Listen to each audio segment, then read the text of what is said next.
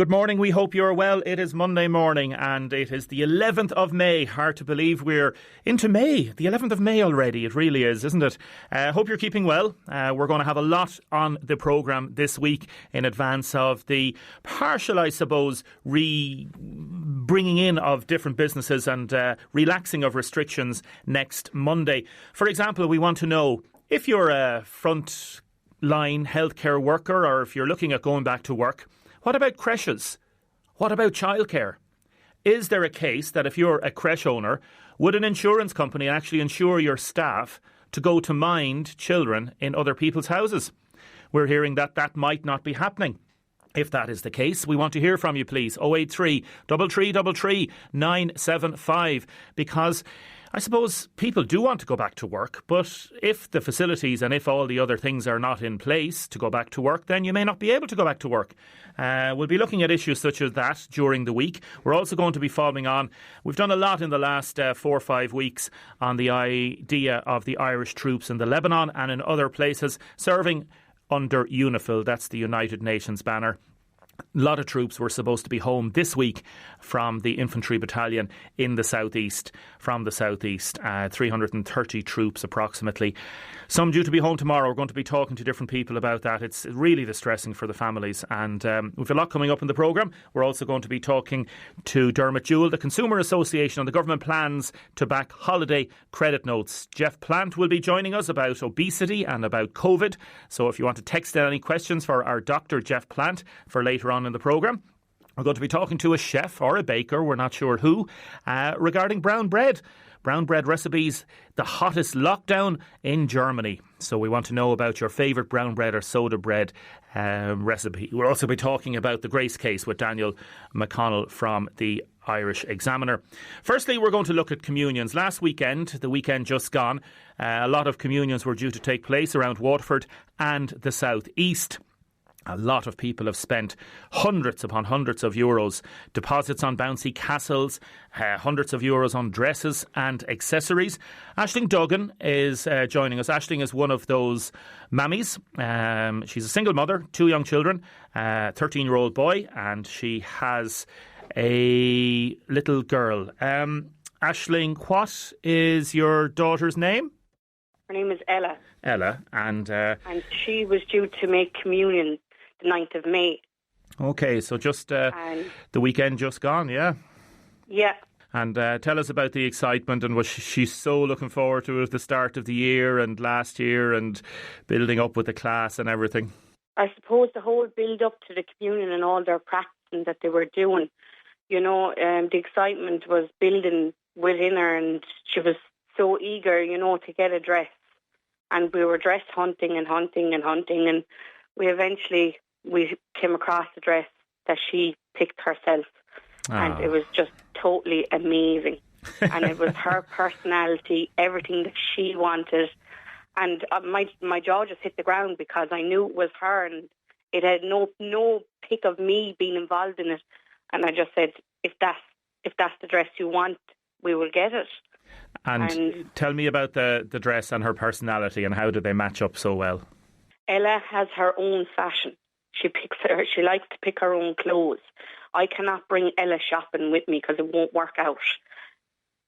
I have to bring clothes home for Ella. She sounds like she's a bit of a boss, is she? Fair play to her. She's the boss. She's the woman. And how old is she, Aisling? She's 8. She'll be nearly 9. Right. This year she'll be 9. And I'm just, I suppose, I don't want to take the dress away from her due to the COVID-19. I don't want her to lose out on that dress. She has everything matching down to a teeth with pearl socks, pearls on the hairband, pearls on the dress. Nothing is annoying her under her arms. It's just her style. And just describe the dress to me, please. All pearls, but it's got a fabric that comes down the back, like it has like a vintage old kind of style to it. Now it's newish and it's got the old style. And this is her personality. And to be able to connect with a dress, for a communion that a child wants, that I had nothing got to do with, like that in itself means something to me and my child. And talk to me about, did you get it locally or where did you get it? We got it locally in Dungarvan. Yeah, and we are having some, we're not getting the reinsurance that we need going forward in relation to the communion. Bookings and deposits that we have paid, and dresses that we have paid for, and so we're just trying to get some answers, really. Talk to me about the amount of money. We'll talk about the bouncy castle in a minute. Talk to me about the amount of money on the dress and accessories. So far, it's coming in at near 600, and then I had the shoes left to get. So I left €50 to be paid on it, and I left it all in the shop. I didn't take it out, and I wanted to make sure that the dress was fitting before we were taking it out. And then when all this came in, look of God, it's still in the shop, and I've spoken to other parents that are in the same situation, worrying about the sizes of the suits, dresses, what's going to happen with the money that we paid. We have our dress sitting at home in the closets and stuff like that. We've all been talking amongst ourselves, through my daughter's class and all that. And we just don't know, what we're doing. And so you've spent... Some of us have contacted, places where we got the dresses. And they basically said that they can't offer us the reinsurance that we need, as they don't know when the communion date will go ahead, and that all they can do is see what they have in stock and try them on. So have you spent €600 on the dress and accessories so far? So far, yes. Okay, you've spent €600. That sounds like a lot of money, I suppose. I work very hard for my money. Yes. I'm a healthcare assistant, and I'm working in the middle of all this. And I don't want to kill my child's dreams of that dress. It means a lot, and the communion means so much. It's been in our family, with years that we make our communions, and my last memory of my communion with my father, he passed away shortly after my communion. I remember being in a big dress, and I remember saying to him, "Daddy, I don't know how to dance for my wedding." And he stood me on top of his toes, and he went around the 1, 2, 3, 1, 2, 3, and I stood, and I remember that memory. That's my last memory I have, and that day went so perfect, and I want the same for my daughter. I don't want the stress of I can't see my friends, Mammy. I can't go to school, and now my dress is gone. And it's too much on their little minds. It's way too much. You can't expect the children of 2020 to go through that. And have you spoken to the owners where you got the dress? Will they take it back? Will they give you a refund? Will they give you a deposit on? No. I've spoken to them, but no refund as such. She said all she can do is see what she has in stock. I did ask if they can order in another dress, but she said the delivery will take 3 months to deliver in a dress. So that's kind of a no. And is Ella growing up at the minute? She's going through a growth spurt like you. Will the dress fit her, I wonder? I don't know, to be honest. Ella does. She grows very tall. Ella does, and the shoulders she grows. And I can't stop the child's growth. The child has to grow. Oh yeah. But she's into all fitness and everything like that. She does running with me. She comes running 5Ks with me and everything, while just to get her out of the house while we're in the middle of all this. And it's incredible that she's coming out doing this stuff with me. Then you're going to tell her, oh, your dress don't fit or something, because it's going to take so long for the communion to go ahead. Now, I understand we have to follow procedures that is due to the COVID-19, and I'm not saying I'm looking for a refund in any way. All I'm asking for is just some reinsurance going forward, that if we got a date for the communion, that you can help us in some way to stick to what we have originally paid for. Because you've also paid a deposit of, €100 on bouncy castles? And I've €100 deposit paid so far. The booking is for €400. I didn't pay any more because I knew what was going on due to the COVID-19. Okay, sorry, 400. What are you getting for €400? That's again. I'm getting a unicorn bouncy castle, and I'm getting a Zuma wrestler suits and a ring. I contacted them to explain, due to the COVID-19 what's happened. So they said they'd put it on hold and they wouldn't, bring it on the 9th of May.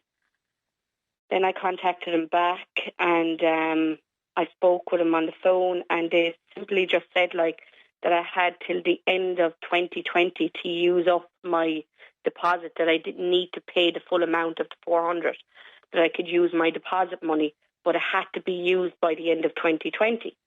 Now, that doesn't sit well with me. The reason being is because who are you going to bring into your home at 2020 to go on a bouncy castle? Before the end of the year, yeah. Yes, and we're all in the middle of this, and especially then with the job that I work in, no one's going to come. It's going to be me and the children and a few ghosts, maybe, that kind of way. A few what? A few what?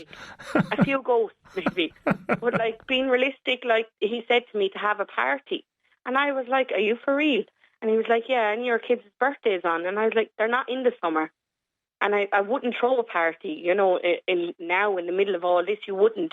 You just can't, And then if the communion goes ahead, say it goes ahead in the winter months, you're going to be looking at a €400 worth of stuff in your back garden in the lashing rain. And I was basically asking, could they extend the deposit out to next year?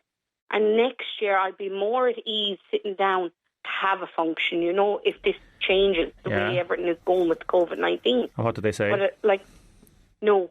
They said no. No. They said you have to use it by 2020. Okay. And I've spoken to other people that had to pay in. They paid in 60% of their deposits, and they have €300 paid for stuff, and they're in the same situation as myself. And this is what we're locked into. Yeah. But yet they'll get support. All these people will get support to get up and running. We're not saying, no, we're not going to never come back to you or whatever, but we're customers for the future.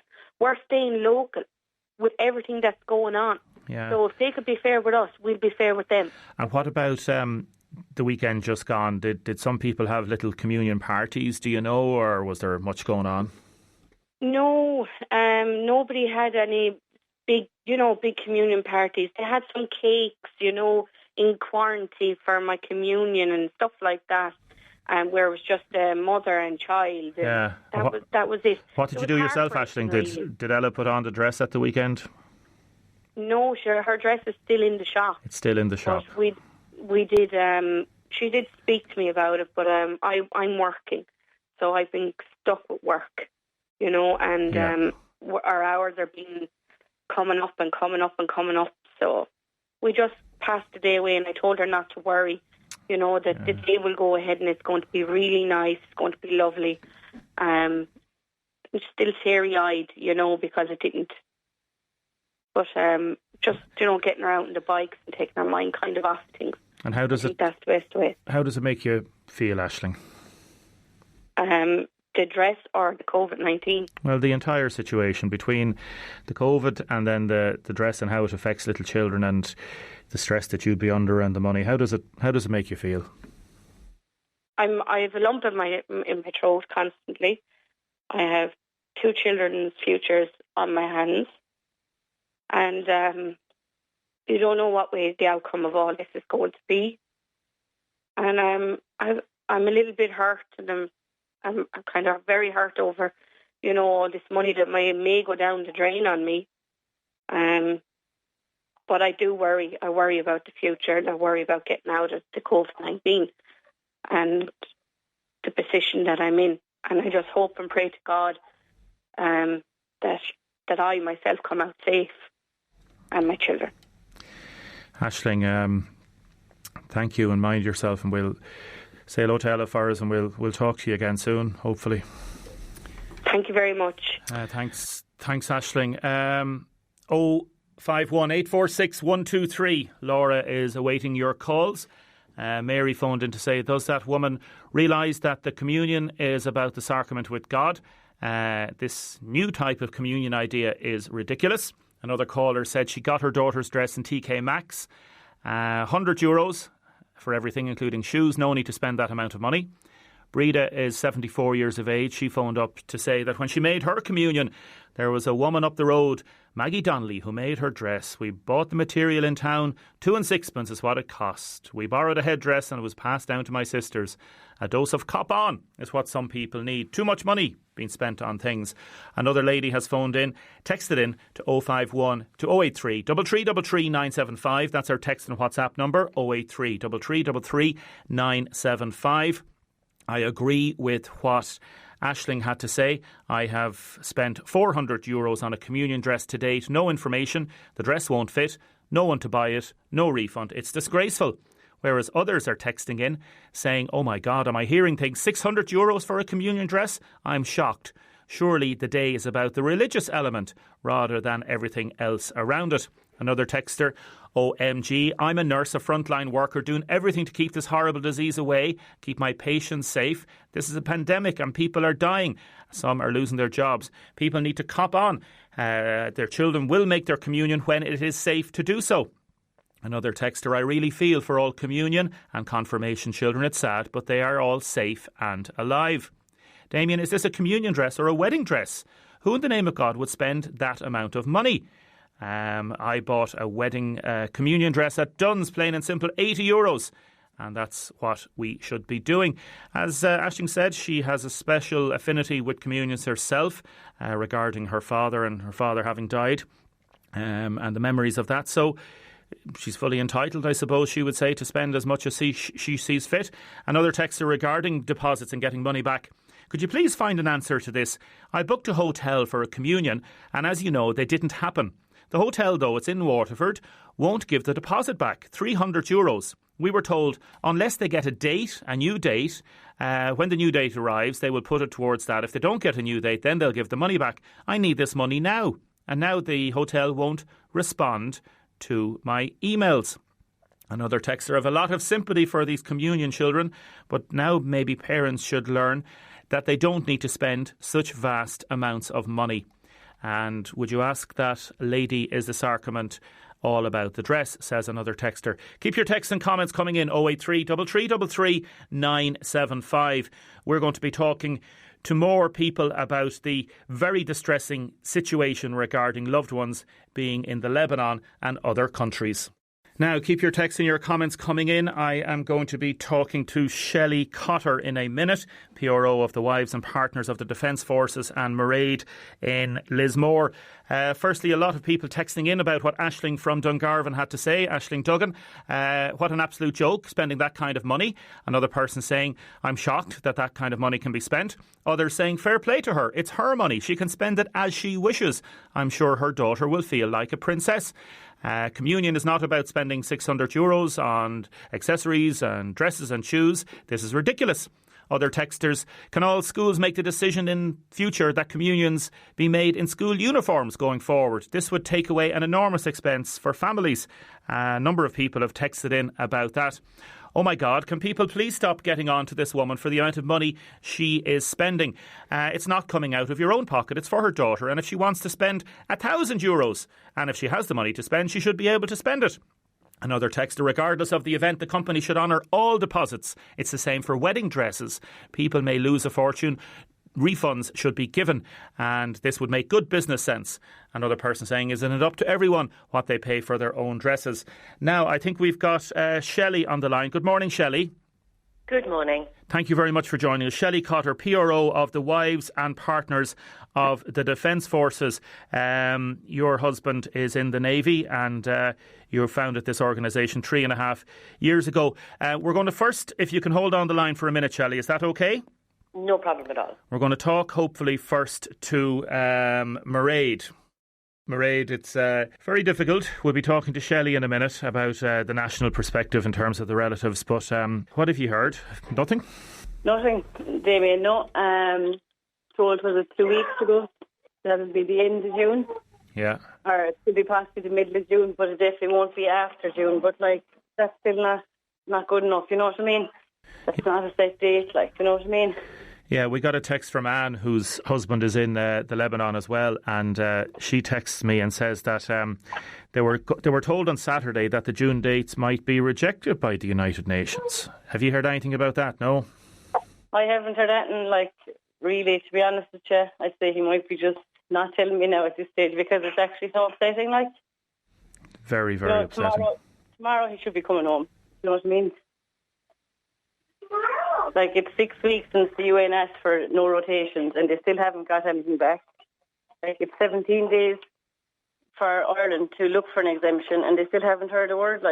I just don't know what the problem is when everything else in the government, it seems to be organised. The Leaving Cert have made a decision and everything, but yet they can't get the soldiers back to their families. You know what I mean? Like as Anne says, there's no real difference between coming home in May and coming home in June because the virus is still going to be around for a long time, we'd say. You know what I mean? We know. Huh? Yeah, and it's awful. We know it's around and we know what we have to do, but they'll be getting their private plane in and they'll be doing their isolation, so I don't see what the actual problem is. It looks to me that the government actually doesn't really care about the Irish troops. That's my opinion at this stage now, Damien, to be honest. Yeah, I know you're saying that because you're so frustrated as well, and your own personal experience. You heard the minister a few weeks ago on this programme, and he was saying that, they're trying their best. What has he done since, the minister? You know what I mean? I haven't heard. There's no media about it. Nothing. Everything else but the soldiers of Ireland. For my husband, he loves his job. Yeah. And he's getting a lot out of his job. And the reason he's over there is to, we want to buy our own house. We need a deposit for our house. But I can say honestly, I think he will be leaving his job after all this. You're there with the 3 young children now and you're giving them their Weetabix and trying to look after them. Yeah, exactly. I spoke to you, what was it, 5 weeks ago? 6 weeks ago nearly? 4 or 5 weeks at this stage, Damien, yeah. And you were at your wits' end then. How's the last 5 weeks been? It's been tough. They're great kids, to be fair to them. I give them credit where credit is due because kids are suffering as well. Every kid in Ireland is suffering at the moment, but they've been fantastic, to be fair to them. But as I said, they should be looking forward to tomorrow, but I can't even give them a day to mark off on the calendar for them at this stage. You know what I mean? And do they ask where their daddy is? Of course they do. Tomorrow they had the calendar marked down for the 12th of May, but now we can't even we have a little calendar ready for them, but we can't even give them a day to mark off. It's and what about the PD4 and the organisations? Could they be doing more about this as well? I actually don't know, Damien, to be honest, because I don't know much about them. So I can't say, Yeah. I'd say they're doing their best as well for us because they totally understand. Everyone's in the same boat, you know what I mean? Mothers, fathers and kids and everything, Yeah. And again, the fact that you don't have a date, is that the worst of it? That's the worst. Every wife and every husband and every child, when you're given, obviously I knew, marrying a soldier what the job was, and totally understand he has to go overseas for his job, but that date, anyone will tell you, is the most important thing you get at the start of the trip is the end date of the trip. But the fact that we don't have an end date is hard now, you know what I mean? It's frustrating, that nobody seems to actually care. Yeah. And you were, to be fair, the only one seems to be following so far me, you know what I mean? And everybody else. What's the worst part of is it night time when the children are in bed and you're thinking about it? That probably is the worst part because I have time to actually unwind myself, you know what I mean? Yeah. No. And if you were to talk to the minister now this morning, or if you were to appeal to him directly, what would you say without cursing? I don't know now. Could I keep could I bite my tongue, Damien, for that one? A bit of a strong character, probably too much. And again, you've been talking to your loved one over in the Lebanon, and the frustration from his perspective and from all their perspective, because they can't talk out, obviously, but no, they can't. They want to come home. They're very frustrated over there and angry and fed up, and there's boys and party girls over there that have just this their first trip, and what an awful trip they're after getting. Yeah. And they might never again want to go, you know what I mean? And they're in a conflict zone. I know it's not there's they're keeping the peace over there. They're doing a job which is effectively trying to save lives. Yeah, that's it. And credit where due, to do a fantastic job. And I'm sure they are after getting lots out of their jobs, but this is just, it's not fair. It's really unfair on them. It's possibly worse for them over there wanting to come home to their families, and they can't, and they don't know when. You know what I mean? Just give them a date. That's all they want, a date. Yeah, well, we've been on to the department again this morning, and we'll keep following this up. Mairead, I don't know what to say. It's just impossible to. I just don't know what to say to you. I know, but look, Damien, to be fair, you've been on to me weeks, and you're trying for us, and I do really appreciate that. Oh, and my husband does as well. It's the least we can do. Listen, take care of yourself, and I hope the children are eating their Weetabix, are they? Yeah, the Weetabix are gone now, fade upstairs, they got off plane, Mairead, take care, mind yourself. Thanks very much, Damien. Thanks, Mairead. Shelley, hello, Shelley. Hello. You're still there, Shelley Cotter. Tell me, Shelley, Mairead's story there and what she has to say. It's been replicated, but hundreds of families around Ireland, and I put a post up on Facebook last night, and we've had a big response to that. Has there been anything back? Has there been anything back from the government at all about a possible date? There's rumours going around about a date, saying the 27th of June and things like that, and then other rumours going around that no, there might be a problem with that. We have to trust reliable sources, obviously. What have you been told? Have you been told anything? First of all, can we just say a massive thank you to Mairead, because she genuinely has just spoken for every military family I've ever spoken to. She was articulate and she said it exactly how it is. No, in a word, no, nothing at all, Damien. It's actually, it's beyond ridiculous now. It's insulting. It's a smack in the face for every single serving man and woman. There's nothing at all. He came on your show and he said, don't listen to unofficial sources, but the actual official line we have has said nothing. Absolutely nothing. I mean, you brought up PD4 and RACO. This isn't a military problem. This is a department problem. This is a department run by white-collar workers, not military personnel. So it kind of, this whole horrible scenario validates what the military families and the likes of Mairead and her husband have all been saying. Department don't care for the Defence Forces, complete lack of consideration for the serving and their families. And they have absolutely no respect or confidence in the minister. 3 years of false promises and platitudes mean that nothing he says is hollow, it's empty. He's a suit. Now, the minister would disagree completely with what you're saying, and he has said on this programme that they're trying their best. They've made representations to the United Nations in New York. They're working through their consulate, and that it's kind of something that is out of their hands in some respects, that it's more of an international situation. No, we wouldn't accept that at all. At the end of the day, if he says he's working hard, then he's not working hard enough. You have families distraught. You have men and women in serving abroad, be it Syria, be it Lebanon, be it Mali. And these men and women, their leave was cancelled as and from March. So you have family members over there that haven't seen their loved ones, and they were due to see them. Now they can't. For what could be a possible extra 2 months, you have mental health issues going on at home due to this. You have trauma to children from parental separation due to this. We have relationship hardships due to this. So I appreciate he says he's doing his best, but his best is decimating Defence Force families. He needs to not come on your show and say that he's trying. He needs to speak to families. He needs to reach out and do what he is paid to do. And sadly, he's not doing that. I've just got a text in from a person. I'm a serving member of the 115th in the Lebanon. We are at our wits' end over here. We were told at the weekend it could be July when we could be home, but that's not definite. We're not whinging over here. We just want to know the dates more for our families than us. Not knowing the dates is a killer for us. That's such an emotional message directly from the Lebanon. Fiona texted last night.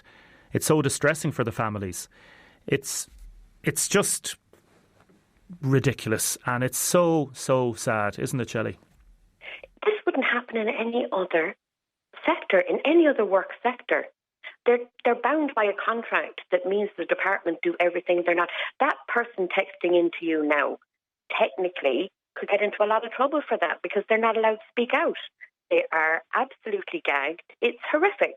The treatment of the Defence Forces in Ireland is absolutely appalling, and it should be highlighted. And if this was any other sector, it would be front page news every single day. Well, we have put the call out that other media organisations should be doing more on this, and don't worry, that text that person texted in, that won't be going anywhere. We will defend to our utmost, and there will be nothing whatsoever given out. But I know the government would say we can't have our defence forces speaking out individually because they are sworn to serve the state and they have representative organisations to do that. At this stage, Shelley, what can you appeal to the government? What can you appeal, like Leo Varadkar? Do you think Leo Varadkar should get involved in this? Well, as I don't know if you know, we have a junior minister with responsibility. We don't even have a full-seated minister. That's what they think about our defence forces. So I think we're beyond appealing to them. We're just demanding that they do their job. Bring our men and women home. Let them see their families. And for the record, the 116th that's due to go out, there will be a march past, because they deserve the honour of going to serve abroad. But that's a photo opportunity that not one of those men or women want to be involved with the minister, but they have to. Their hands are tied. So just no more platitudes, do your job, get our men and women home. Shelley, take care and mind yourself, OK? Damien, thank you so much for the support. It really is appreciated. Not at all. It's the least we can do, as I said. Shelley Cotter, thank you so much. Take care. I'll talk to you soon. Shelley Cotter there, PRO of the Wives and Partners of the Defence Forces. I know there are troops listening to this in the Lebanon and other parts of the world. Stay safe, and I don't know what else to say. We've been on to the department. We'll get on to the minister again. I texted the minister yesterday to give him the chance to come on the programme today, and we just need to know what the situation is, and ye need to know what the situation is. Now, keep your texts and comments coming in. I will get to as many of them as possible. It's 083 333 975. A plethora of texts coming in to WhatsApp as well, and people phoning in. But I'm going to go straight to Dermot Jewell, because I know he's a busy bookle. Good morning, Dermot. Morning, Damien. Nice to talk to you. And good to talk to you again. Thanks very much. Consumer Association of Ireland, government's plans to back holiday credit notes. Talk to me about this, please. Yeah, what's happened is on the 8th of the month, last Friday, the Minister for Transport and Tourism put forward a suggestion, having been lobbied by the travel trade, put forward a suggestion to Cabinet whereby consumers who are seeking a refund would instead be given a voucher, which could be redeemed for cash after 6 months, or used to make a booking replacement.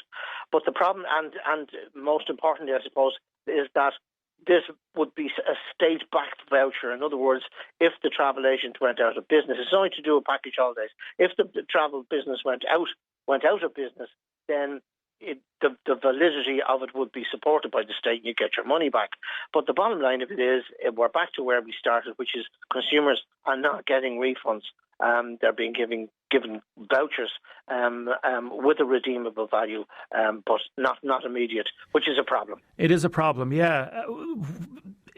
What can be done about it, do you think, Dermot?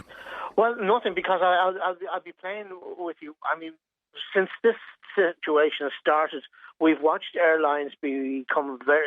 I must say, Ryanair were the first to say, look, we're going to give refunds, and they started to do that.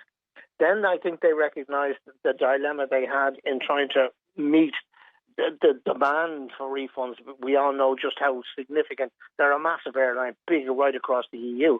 So they ran into difficulties and said, look, what we'll do is we'll give you a voucher instead. You can redeem it at any time, but it's only going to be valid for a year, but at the end of the year, we definitely, if to give us a breather, we'll make it refundable. Aer Lingus, for example, on other points, came along and said, we'll give vouchers. We're running quite a number of flights. Under consumer law, you see, you're only entitled to a refund if your flight is cancelled. And in quite a number of cases, flights weren't cancelled. They continued to go, particularly transatlantic. So what they came up with was, which was reasonable in the sense that they would give you a voucher. plus 10% of its value. So if you booked for €1,000, you'd get €1,100 back, and it would be valid for 5 years, which is the way, if you like, consumer law is constructed. But they, again, kept moving away from the refund. And the suggestion is you can still apply for a refund, but it may take months for you to get it. And the frustration in all of this is that we and others have been pushing significantly to make the point that, look, consumers have paid for this in advance. They're now out of money. Very many of them, Damien, seriously affected financially and out of work and potentially out of jobs. And they could do with the money back because they didn't get what they paid for. And that's the provision, and it's not happening. Yeah, no, you're right there, 100% right on that. What about communions? We just had a lot of people talking and texting us in about communions and matters such as that, like deposits for hotels and communion dresses. Where do people stand regarding, let's say somebody spent €600 on a dress and accessories, and the shop is saying, listen, we'll get you another dress or put it towards something else in the future. If the communion hasn't happened, is Aisling fully entitled to all the money back, or where does she stand regarding consumer law? You see, the bottom line of it, on the dress side, basically, unless there's something wrong with the dress, you never would have a right to return it. And the problem that a lot of parents are understandably coming across now is that the event has been, if you like, it's nothing to do with the shop that provided the dress. Yeah. They provided the dress, it's fine. So there is not an entitlement to a refund or even a credit. And I understand that stores are trying to do their best, particularly the smaller ones. They would really struggle, Jamie, because they don't have the wherewithal to return the dresses. But let's say the dress is still in the store, and if they haven't actually taken the dress out, would that make any difference? No? It doesn't, no, because you see, as consumers, we enter into a contract all day, every day. Now, you can try and negotiate with the store, and they may be able to if you like, will say, okay, look, we'll give you we'll give you a credit to the value of the deposit, but we can't refund it to you because we haven't done anything wrong, and but we're not going to keep the deposit, because that, in fairness, would probably not be the best thing to do.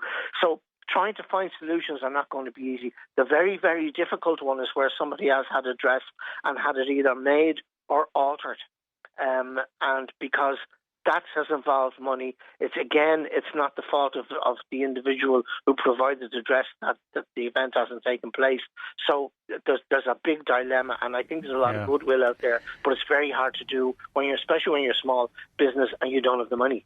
But the problem with hotels is, in all honesty, deposits, etc., should be fairly well refundable there. There may be a delay, as we're starting to see so much, but they should be refundable, because through no fault of anybody's, as a consumer, the business has had to close. It can't be held. The event has to be cancelled.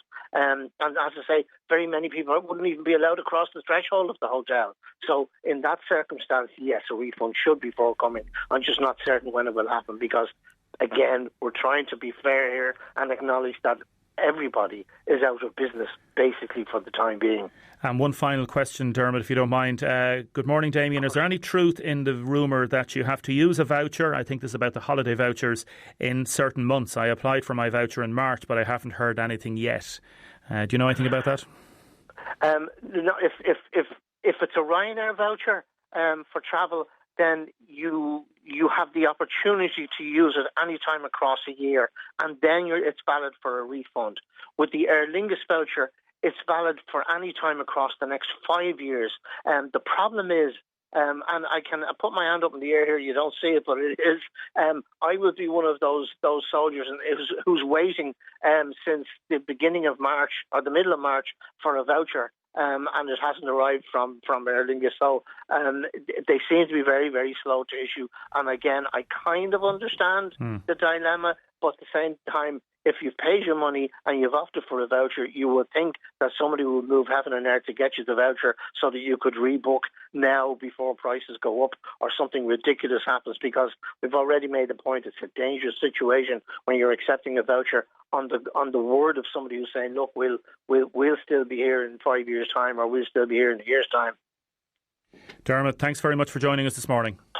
Pleasure, my friend. Take care. Thanks. Good to talk to you again. Dermot Jewell there, Consumer Association of Ireland. What do you think? Michael has texted in, I'm one of those who was told I was getting a refund and then they changed it to a voucher. I would accept the voucher if it said I can book my flight at the same price as the original booking. Good morning. If you were booking a holiday with a travel agent and gave them a cheque that would only clear in 6 months, would you think they accept that condition? Very good point.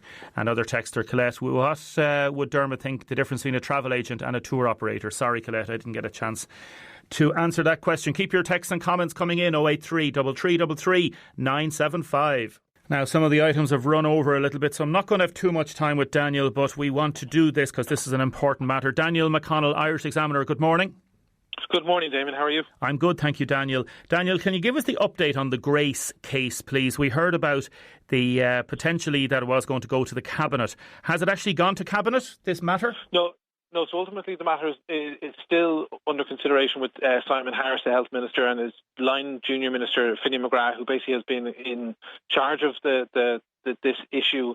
It was Finney McGrath who essentially was the line minister responsible for setting up the Farrelly Commission into the case known as Grace, which involved 47 intellectually disabled people in a foster home in the southeast.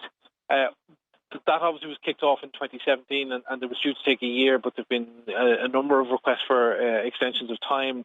The deadline was this week, and another request has come in from Marjorie Farrelly, the senior counsel who's running this investigation.